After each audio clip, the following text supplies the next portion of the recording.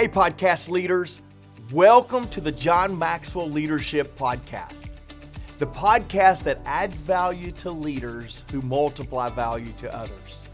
I'm your host, Mark Cole, and I'm excited today about this impactful two-part series that we're beginning this week. As you may know, especially those of you that listen and watch our podcasts that are from the United States, this coming Monday, we celebrate the great life and the legacy of Dr. Martin Luther King Jr.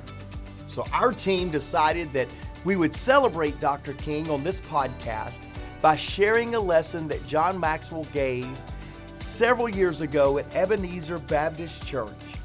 Now, I have to stop there because that day I was in the environment. And John was there and he was given this lesson on how Dr. King had made such a huge impact on him.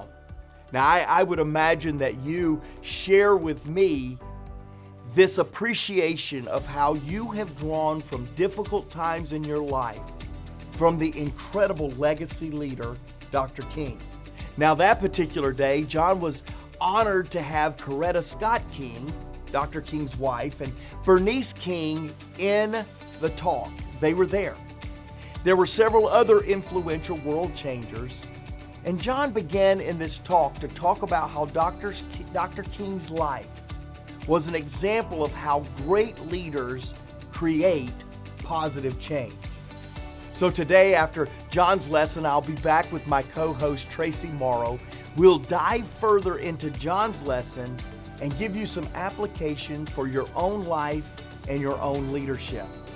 As always, if you would like to download the free bonus resource, this is a fill-in-the-blank worksheet from John's lesson, you will be able to go to maxwellpodcast.com/MLK, click on the bonus resource button, and you will be able to follow along. Now, are you passionate about creating positive change? Are you passionate about learning of the impact, the legacy, the incredible, brilliant leadership of Dr. Martin Luther King? Here we go. Here is Dr. John C. Maxwell.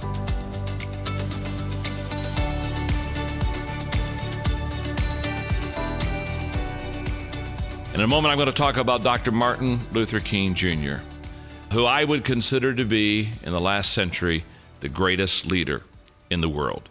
Not only in America, but the entire world, for the change that he brought. And for us to be in this historic place where he preached and shepherded a flock and was a pastor and a leader.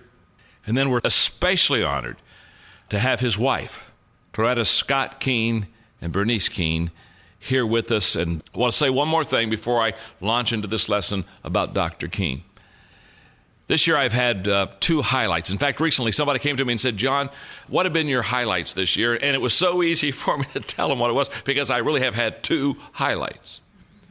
I had the privilege on the day that we honor Dr. King as a holiday to be here at Ebenezer Baptist Church, and the family was so kind to ask me to come down with other speakers and take a few minutes to talk about Dr. Martin Luther King Jr.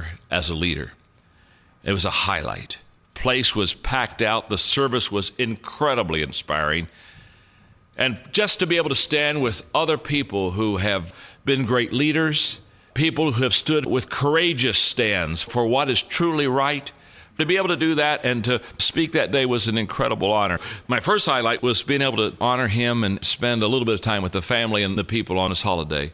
Let's go to your notes. People are often led to causes and often become committed to great ideas through persons who personify those ideas. They have to find the embodiment of the idea in flesh and blood in order to commit themselves to it. And Martin Luther King Jr. was such a man. In James McGregor Burns' book on leadership, here's what he said. Leadership is leaders acting as well as caring, inspiring, and persuading others to act for certain shared goals that represent the values, the wants and the needs, the aspirations and the expectations of themselves and the people that they represent. And the genius of leadership lies in the manner in which leaders care about, visualize, and act on their own and their followers' values and motivations. James McGregor Burns gives us 3 key points in that paragraph about leaders and about leadership. Number 1, leadership omits the use of coercive power. Doesn't need to if they're good leaders. Number 2, leaders have a bias for action. And number 3, leaders act with respect for the values of their people. When I read that statement, and I read that paragraph, which basically gives these 3 points, that leadership omits the use of coercive power, leaders have a bias for action, and leaders act with respect for the values of their people, I thought immediately, the first time I ever read it, of Dr. Martin Luther King. Again, here was a leader who understood and did all 3 well. History has clearly demonstrated that especially effective leaders often tend to emerge during periods of great change. For every major turning point in American history, creative leaders, right for the times and uniquely suited to the task, assume the mantle of leadership. With time, history has judged all of these people to have been great leaders. I'm reminded when Dr. King received the 1964 Nobel Peace Prize, that he said, history has thrust me into this position.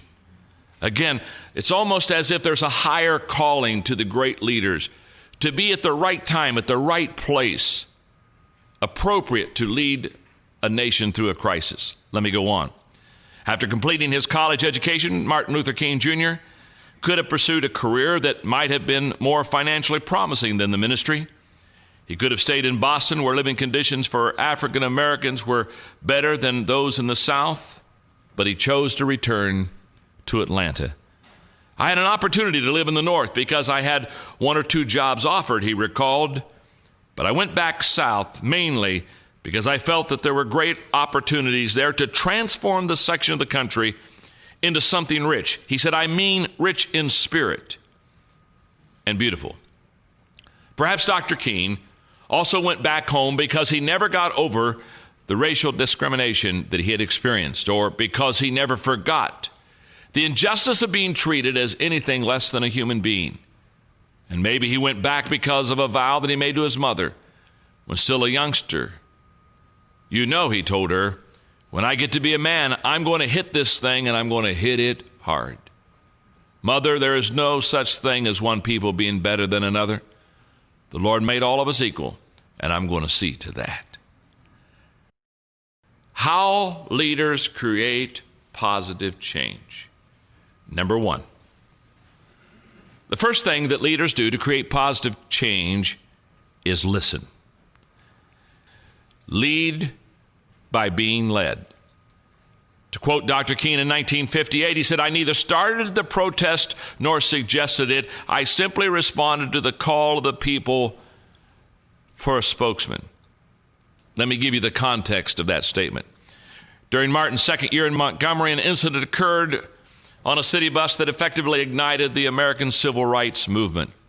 December 1st, 1955, Mrs. Rosa Parks, a 42-year-old tailor's assistant, was commanded by a bus driver to give up her seat to a white male passenger who had just boarded. Mrs. Parks simply said no. She knew that she was breaking the law, but she nevertheless refused to move. In response, the driver stopped the bus, called the police, and had her arrested. I don't really know why I wouldn't move, she later commented. There was no plot or plan at all. I was just tired. My feet hurt. As I began to study the life of Dr. King, it was interesting in those early days. He didn't run for office. He basically listened to the needs of the people. It was their desires to begin to place him up in a leadership position. It reminds me of the statements of Plato, who said, only those who do not seek power are qualified to hold it. Boy, isn't that a great statement. Wow, it's almost like if you want it, you shouldn't have it. And if you do want it and you get it, you're probably dangerous in the process. The desire for lifelong learning fosters an equally strong tendency to listen. Dr. King was a great listener. In fact, his mode of operation in leadership was, I listen and then I lead. How many times do we want to lead without listening? You see, as a leader, growth never stops. We never get to a position where we know it all, where we can say it all, where we can teach it all. He had a constant appetite to continue learning. So I put in your notes the 4 L's of a leader. And I believe that they're in this sequence. The first L is loving. You have to love people. The second L is listening. Because if you truly love them, you want to hear what they have to say. The third L is learning. Obviously, when you begin to listen, you begin to learn. And the last one is leading. When you love, listen, and learn, then you're qualified to lead. So how do leaders create positive change? Number 1 is listen. Lead by being led. Number 2, communicate. In other words, connect with others. Now, as you know, I love the subject of communication. And when you think of great speeches, I mean, if you go back into the late 1700s, the great speech is Patrick Henry. Give me liberty or give me death. If you go into the middle 1800s, the great speech is the Gettysburg Address. But if you go in the 1900s, the great speech is I Have a Dream. Why? Because he had the ability to communicate vision, as great leaders only have that ability. It's not in your notes. Listen to these thoughts. Interestingly enough, Martin's unique speaking ability was revealed at a very early age. As a child, he started following in his father's footsteps at the Ebenezer Baptist Church. Hello. You're sitting in the place right now where he could read the scripture and lead discussions in Sunday school and even preach to the congregation on occasion. And according to Daddy King, Martin held his audiences spellbound when he talked. In studying Dr. King's speeches, there are some keys, I think, to his speaking that I want to pass on to you, because as leaders, we're constantly wanting to communicate vision to our people. Number 1, he spoke in the simple and common language of the people. In other words, he was easy to understand. Or an expression I've used often in my trying to communicate, he put the cookies on the lower shelf. Everybody could have some. He spoke in simple and common language. Number 2, he shared stories of sacrifice encouraged by the people. Number 3, he used biblical symbols and imagery. For example, he would talk about the David of truth, speaking of the movement, and he would speak of the Goliath of injustice, of the people that were oppressive in that time. Use biblical terms and symbols and imagery. Number 4, he told personal stories of people in the movement. The 5th key to Dr. King's speeches is that he used metaphors to express hope and courage. Metaphors like after seeing demonstrators assaulted in Birmingham with high-pressure water hoses, he pointed out that the police failed to realize that the protesters had a certain kind of fire that no water could put out. Man, it makes you just want to start marching, doesn't it? Huh? I mean, you can't sit still. He had this incredible ability to speak and communicate, cut right to the people's heart. Number 6, he repeated words until they became themes. His first national speech, give us the ballot. He continually said, just give us the ballot. Just give us the ballot. Give us a chance to vote. Of course, in his great speech, Let Freedom Ring, nearly a dozen times, in that I Have a Dream speech, he kept saying, let freedom ring, let freedom ring, let freedom ring. He used repetition well. And I stop here just for a moment because a little while ago when we were touring much of this wonderful, not only this facility here, but when we were over in the Keene Center and we were listening to the speeches. I mean, no matter what area you went into to listen to whatever speech he was using, he moved us.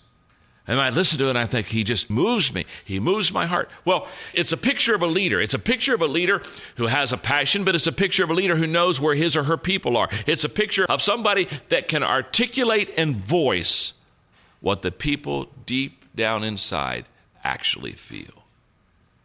He put words to their feelings. He put pictures to what they sensed and wanted to see.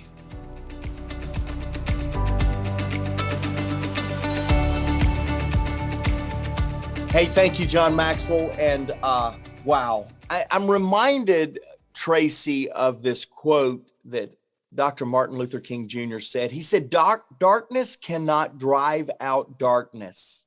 Only light can do that. Hate cannot drive out hate. Only love can do that. Here we are today, and boy, in some way, times have changed. In other ways, times have not changed. One thing that's true about every one of us as leaders is there comes a time, often many times, to where we have to create positive change in the middle of negative environments. And so here we are today, Traci, and John's given us a great first part of a two-part lesson, and I'm glad to be hosting today with you. Welcome aboard. Thank you for having me. I'm happy to be here. I'm honored to be here talking about this lesson today. I think it is incredibly powerful that John kicks it off. John, who has so many trophies and awards that he has been given as the #1 leadership expert, an expert of leadership, of studying leaders over the course of the history of mankind. And what does he kick this lesson off by saying? That Martin Luther King Jr. is the greatest leader in the world in this last century. And how powerful is that for John to say that? And so I love that you kicked off that quote, because I'm a huge fan of that. I mean, that's how that really is, when we've been talking so much about how do we change our world, it is with love and by bringing light in. And John certainly highlights a lot of the light that Martin Luther King brought in. And so one of the things that I was thinking about when John first started out talking about the 3 key points of leadership, Mark, he said, leadership omits the use of coercive power. Leaders have a bias for action, and leaders act with respect for the values of their people. And that really makes me think of the transformation through values that we have been trying to pick up this mantle and carry it in this modern world into the world and now into the United States. And so as we look to honor the mantle that Martin Luther King Jr. carried and passed the baton really to our generation, how are we doing that? Kind of share that. I know many of our podcast listeners know what we're doing by bringing values-based lessons to kids, to adults, to professionals, to people who are just starting out. But talk about how we're trying to kind of carry that mantle in this modern world through transformation tables. Well, in many ways, Traci, we're not doing enough. In fact, let me say it differently. In most ways, we're not doing enough. It's what I call wake up power. I woke up this morning wanting to do more about valuing people, about leading during difficult time, to be honest with you, about creating positive change. So what I have found in leadership, and I think what John helped me with, I thought through for a moment. There's no way, even though I was born right around that time or at the end of Martin Luther King's life, I found myself relating to that time, and certainly leading during difficult times is something that we continue to have to do today. Think of COVID. Think of some of the things that we've dealt with in the last 2 years that's even centered in the U.S. around race. And yet here I go with answering your question to say, on many of the areas in life, in culture that needs positive change, there's so much more to be done. And yet in the life of every leader, we find ourselves every single day meeting a new obstacle, a new challenge. I mean, Traci, go back 3 years ago and think about COVID and the idea of leading through COVID. Leaders that know how to create positive change, there is always a short supply of those leaders. And I think what John pulls out of the life of Martin Luther King, and I think what John modeled in this lesson points, is something that all of us need to find. It's substantive. It's the idea that with listening, this first trait that John brings up, we need to listen more. Right after many of you in the U.S. will know this name, as soon as I say it, right after George Floyd, I found that everybody wanted a statement. Everybody wanted to make a statement or to hear a statement. And yet I found many leaders saying, I'll tell you what I need to do. I need to quit making more statements and I need to start listening. And yet, isn't it interesting? Several years ago, what John pulled out of Martin Luther King's leadership life was the art of listening. Yeah. The art of slowing down and with love, in fact, to show love, to listen.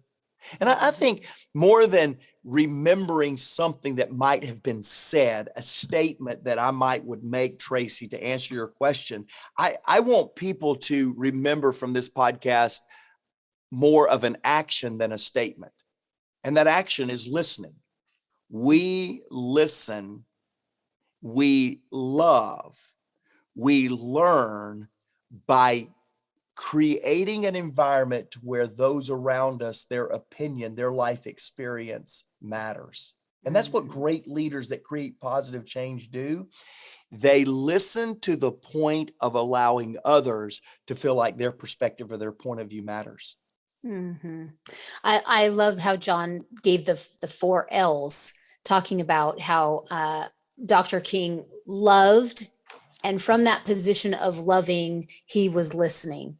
And I think the tension that we feel, especially when you talk about, for instance, George Floyd, or when you hear about racial injustice or things that stir your soul, that anger is involved in there. And I'm just so struck by how Dr. King came from a place of love and listened, and the power, back to that statement that you led with, the power that comes when you're stirred, when your anger comes from a place of, because you love people, you're mad at injustice, what's wrong. And so you choose to listen.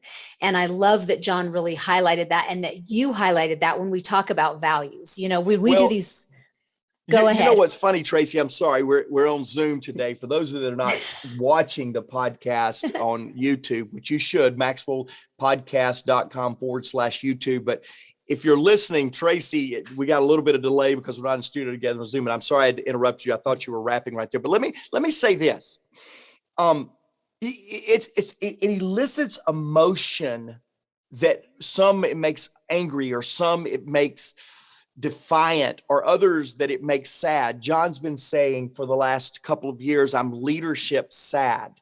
And if you distill down his sadness and you notice what we learned even in today's lesson, and by the way, come back next week after the Martin Luther King birthday celebration in the U.S., and we're gonna pull 3 more points from John Maxwell. But this passion to love despite the frustration that we observe with Martin Luther King today and in studying him, and this passion that John has of sadness because of the leadership deficit that our world has right now, especially that's been demonstrated over the last few years. It all has a root. And the root is that somehow we as people feel like we can devalue another human being. That somehow that our leadership position makes us more elite or more valuable than someone else, or our color or our culture or our perspective or our political party. All of this somehow puts us in a, quote, better category. By putting ourselves even in our minds in a better category, we're devaluing another human being. And you cannot create positive change by demeaning someone else. That's right. You can't. That's right. There's no such thing. There's no positive change in saying, I'm better than you, so let's go my way. No way. That doesn't create positive change. It may create change, but it's short-lived, it's not sustainable, and it will come back and create division at some point down the road. And I think what we're learning from John, specifically in this lesson he took away from the life of Dr. Martin Luther King, is this: we've got to listen and collaborate to create change. It's got to be inclusive for it to be sustainable, positive change. So John he broke down his communication style. And so I listened to this, and I can't help but think that our podcast friends are listening to this too and feeling stirred and moved to act. You know, when you hear about someone who's so inspiring and so, who just lived a life so fully engaged with what they were passionate about and what was right. And so John breaks it down into the six pieces of how Dr. King's speeches inspired people. And so he clearly had a unique gift and calling for communication and the way he interacted. And John broke each of those down and how he interacted and engaged with people. But do you think that was, you know, obviously he's a stand apart. John said he was the greatest leader in the world for the entire century. And do you think that was specifically for such a time as this that was unique to Dr. Martin Luther King Jr.? Or do you think that we are all gifted on smaller levels and called to take up the mantle in those studying Dr. King's, those 6 points that John broke down for us, and finding our own voice and way to come alongside and not wait for another once in a century leader to come along, but instead for all of us to do our part to step into those shoes? What do you think about that? Well, so it's funny because, again, if you're watching, you see me lean right down. I'm teaching a lesson this afternoon on the law of legacy. And in this law of legacy, John teaches, and this is from the 21 Laws, and I get the privilege of communicating this in a little bit. In fact, we'll put in the show notes how you can get access to this digital product that we're creating. But John teaches in the law of legacy that legacy is when you do something so great that when you're gone, somebody wants to continue what you started. Now catch that. We're today, That's 50 years later, 60 years later, 60 I should know my math a little bit better. 60 years later, here's what we're doing. We're dedicating two podcasts. Not just because the subject matter is still needed today, sadly, but because somebody stood up when times were the most oppressive for a group of people and said, I have a dream. And guess what, Traci? I may not understand the culture. I may not understand the color all the time, but I share that dream that all men, every woman would be seen as equal and would have the same opportunities as each other. That is a legacy that I carry. In fact, I carry it so many times incorrectly, or I feel like I don't even qualify, but I carry that dream, that legacy. I am inspired 60 years later to continue that legacy. Me too. I'm inspired right now by John Maxwell to continue his legacy of what he learned from the life of the greatest leader of the century that he said. Because there are legacy here that from leaders. Forget the subject matter for 1 second. Don't forget it, but just set it right over here for 1 second. And here's the point in the lesson. Do something with your life so great that when you think you're done, death or weariness or whatever, that somebody is so inspired that they continue it. And that's what today we're getting to do in this lesson. We're getting to carry this legacy forward. Some of us in a much smaller, less significant role than some of you that get to carry this inspired dream. But all of us nonetheless wanting to carry this forward by this moment of taking the podcast and focusing on what leading with legacy for positive change can really be about. And I hope, Traci, 25 years from now, in the month of February, or in the month of January, rather, in the month of January, I hope 25 years from now, you and I with a little more feeble voice is still sitting here on the podcast talking about the inspiration of the legacy of Martin Luther King, of John Maxwell, and how these leaders know how to create positive change. That's right. We aren't meant to wait for the next big leader. We can pick up right where he left a very clear path, and John, by his life, and where John broke it down for us to study it, to learn it, and to begin to act. And I feel like this is a charge to me, leaving this podcast and preparing for the next 3 for next week. I feel like we're called to be a part of that with love, and to listen and learn, and then to lead other people through ourselves. Yeah, it's funny, Traci, as you said that for some time. And again, I think it was back at the tragic death of George Floyd. I began to say, I wanted to listen, I want to learn, and then lead. And I want to get it in that order. The order mattered to me all of a sudden. I want to listen. I want to quit talking. I want to listen because I don't understand. My culture, my environment did not give me the ability to understand without listening first. Right. And then I wanted to learn. I want to learn something. I don't want to just listen to check it off and say, now I listen to you, will you listen to me? I wanted to listen to consume something to become better. And then I would say with the third L, like a Baptist preacher, I want to lead. I want to lead. But you know what I learned from Dr. King today? Love's got to be saturated through every one of those steps. Yeah. It's not just listen, learn, and lead. We got to love to listen, and we got to listen to love. We got to love to learn, and we got to learn to love. We got to love to lead, and we got to lead to love. And I learned today that while I've been saying something in my attempt to lead and create positive change in a very difficult world that we've been leading in the last 2 years, I learned that today from Dr. King that I was incomplete. I don't need to just listen, learn, and lead. I need to love, listen, love, lead, love, learn, and then love, love, love some more. Because to truly value people, it's got to be wrapped and intertwined with a love for one another.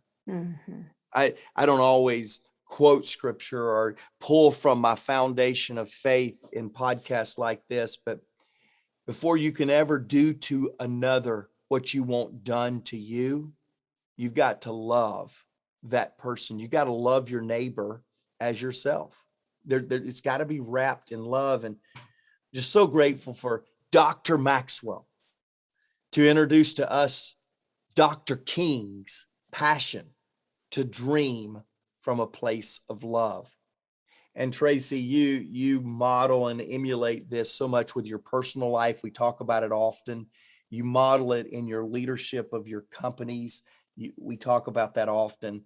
And even as we were prepping for today's podcast, we were wanting to make sure that love and not deafness or inappropriate or a lack of relevancy would come through in the podcast. And boom, you did it, because I've heard love. I've heard passion. And I'm thankful. I can't wait for next week and 3 more lessons. And by the way, if you're listening to this on the day of, we release the podcast recordings usually on Wednesday in the US. We release the video, I think, very shortly thereafter. And so if you're listening to this in person, here's my challenge to you today, and especially in the US, on Monday, we will celebrate. I'm going to use John Maxwell's words because he's a pretty good authority on leadership. The best leader this century has ever seen. And I'm going to challenge you on Monday. Do something different for Martin Luther King Day than you've ever done. Find somebody. Maybe it's somebody that don't look like you, think like you, come from the same environment that you came from. And find a way to create a moment of positive change for that individual. That will be a way to carry the legacy of Martin Luther King. That'll be a way to celebrate what John Maxwell said. is the greatest leader in this century. And by the way, we didn't talk about communicate, but that'll be a way to continue communicating a dream that Dr. King stood up and said that forever changed the trajectory of a negative situation to continue to seek a positive solution. That's how we continue. That's why we do this podcast, is to create a leadership environment that will make a difference. Now, a lot of times I recognize a listener and we use a comment. I don't want to do that today because I'm going to leave you with that challenge.